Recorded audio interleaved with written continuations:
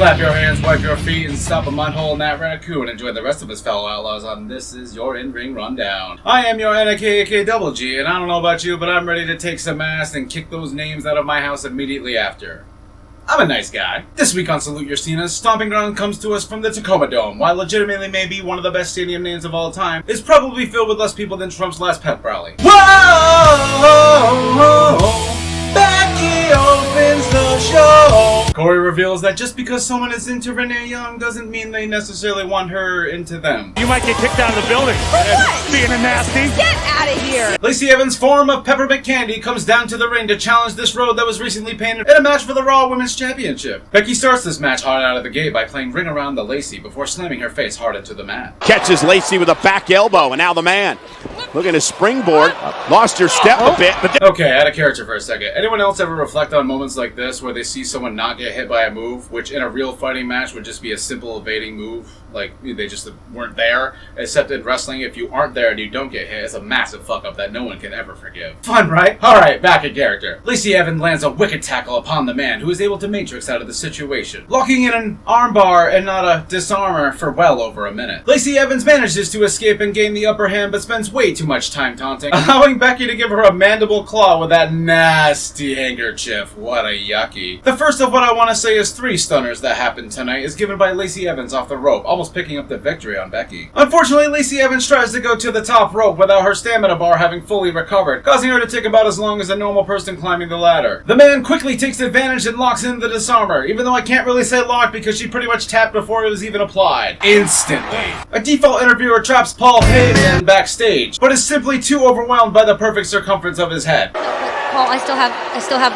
have one more. KO and Sammy versus the New Day in an epic match of no proportions comes at us next. Ready to take the names of everyone who didn't actually buy a seat to this event? And that's a lot. Opening up with a super kick party and a senton that would make even Jeff Hardy jealous. The New Day get rocked early on as Xavier is beaten down for nearly 10 minutes straight. Corey Graves, he's paid thousands of dollars to commentate on wrestling. Great strategy by Owens and Zayn. Corey Graves commits a Class 5 violation. Sami Zayn just barely able to escape from underneath the girth of Big E. This match that wasn't meant to be anything special legitimately takes my breath away a couple times with the near falls in this match, right before finally ending with a stunner on Xavier Woods by that motherfucking KO. 2 matches, 2 stunners. How do you feel about this, Steve? I beat down. Okay, it's not really what I was wanting to hear, but that's nice. Alexa Bliss and a stray dog are backstage talking about their favorite forms of communication. Alexa Bliss is quite partial to texting, but to Nikki Cross, Morse code never dies. It's us against the world.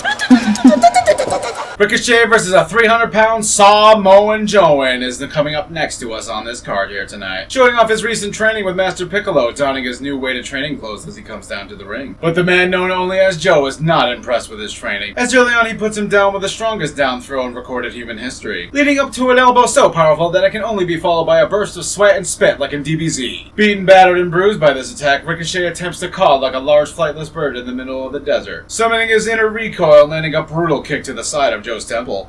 cover, hooks the leg, and wraps the head, and a kick at it too. Careful there, Cole, you don't want to stroke out. Samoa Joe tries to go for the spider's web, but Ricochet accidentally shook Shane McMahon's hand earlier tonight, and he's just covered with so much sweat that he was able to escape freely, picking up the clean victory over Samoa Joe in a banger of a match that you should definitely check out. When Ricochet heads to the back, all the babyfaces are there to celebrate and congratulate him for his victory and give him sound words of wisdom. I love you! I love you, Ricky!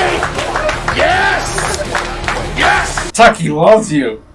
Tucky loves everybody! It's Grass versus Steel on the SmackDown Tag Team Championship match, and the Wisconsin crowd is on fucking fire and full of Planeteers for their hero, Daniel Bryan. Against Universal Champion Seth. It's not very effective. Corey Graves commits a Class 8 felony. What peaks? I see no peaks. It's all the same girth. I swear to God they started saying that word more as soon as I started this show. Heavy Machinery play a game of Pass to Bryan before they slam him down on the mat. Rowan does a crossbody without jumping, making Otis go splat. Out in the crowd, they scream oh so loud, they make him so proud. Captain Planet. Corey Graves, he might be watching a little too much anime. Can you fathom the amount of power in the ring right now? Oh yeah. In the closing moments of this match, Otis catches Rowan with a crossbody with a level of ease that should legitimately scare anyone. And then Daniel Bryan is able to finally turn on his Prius to sneak up on Tucker with a roll-up for the win. The woman with the booty and ring skills far too good for such a shitty finisher is here to take on the goddess of love, Venus. Also the stray dog. Alexa slowly and methodically breaks down the only woman in the WWE with hips that can actually rival her own, knocking her the fuck out with a wicked right forearm. Bayley doesn't take kindly to Alexa trying to reveal her secret, slamming her into the mat with a sunset flip and giving her 6 more months of concussions. Bayley is about to fly high before the stray dog pulls Alexa out of the way, saving her precious few hit points. Alexa takes advantage, about to set Bayley up for the twisted Bliss, but her dog accidentally enters the ring because it thought it lost its favorite chew toy, distracting the ref and letting Bayley pick up the win with the best finisher on the planet. Did you know that Roman and Drew have only fought each other 5 times since the month of March? Did you know that once that feud was done, Roman started feuding with Shane just so he could start feuding with Drew again? We've all seen it 1,000 times. Holy shit, Renee, you're getting better. Shane needs to take a seat. Why are you so good on commentary right now? I'm not sure I can't handle this. Shane interrupts this match because whoever fucking saw that coming, but is quickly dispatched when he realizes that Roman is the only man on the planet with enough smugness and sweat to rival his forehead, allowing him to pick up the win over Drew with, yes, you guessed it, the spear. Ziggler versus Kofi in a super ultra mega fantastical, not at all pointless to have a door on the side of the cage steel cage match for the WWE Championship here. This match goes on to show no mercy to Kofi Kingston being bounced off the steel cage from coast to coast thanks to Ziggler's psychotic level of envy. And when Kofi tries to escape, Ziggler decides that the best course of action is to simply hang on to him like a small child who is begging his father not to go to school today. Prevent Kofi!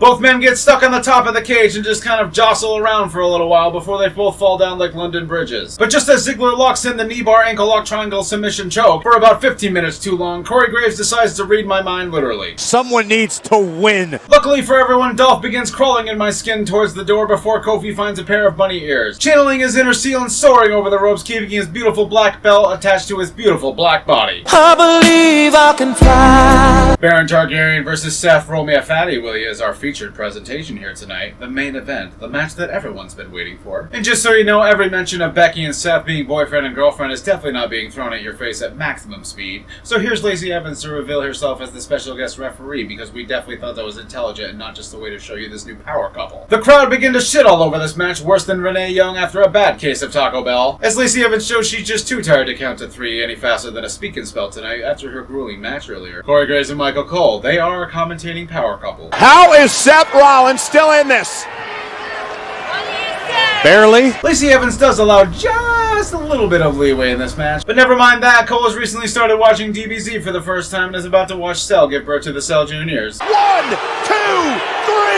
4, 5, 6, 7. Are you kidding me? Evans hits Seth with a low blow and holds her arm there for a length of time that's definitely not PG, automatically summoning the man. She lays into the sassy southern bullshit so thoroughly that Corbin's worst nightmare, yes, his ex-wife, is assigned to ref the rest of this match. Luckily for him, though, that's only about another 15 seconds before he's put to sleep with the curb stomp. Graves, You listen to go yourself. start the car. Get out of here. You know, Renee Young's actually been taking charge tonight.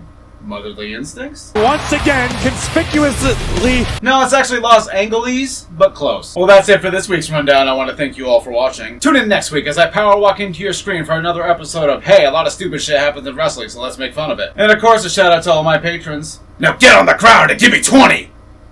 Twizzlers. I believe this has been the man from Earth with all the girth. I believe you should be the character you know your worth. I believe I should probably shave. This week on Salute Your Cenas, Raw Oh wow, that's engraved. Corey Graves and Michael Cole, you are a power-tating. This match that honestly had no right to be very... What the fuck did I say? For about 15 minutes, Corey Graves... Jesus! And by showing off his recent training with Master Piccolo, Ricochet. Jesus Christ. Fucking Piccolo and Ricochet. And the Wisconsin crowd is on fucking fire and full of Planeteers as they cheer on their hero, Daniel Bryan. God... damn it. Fuck all of you.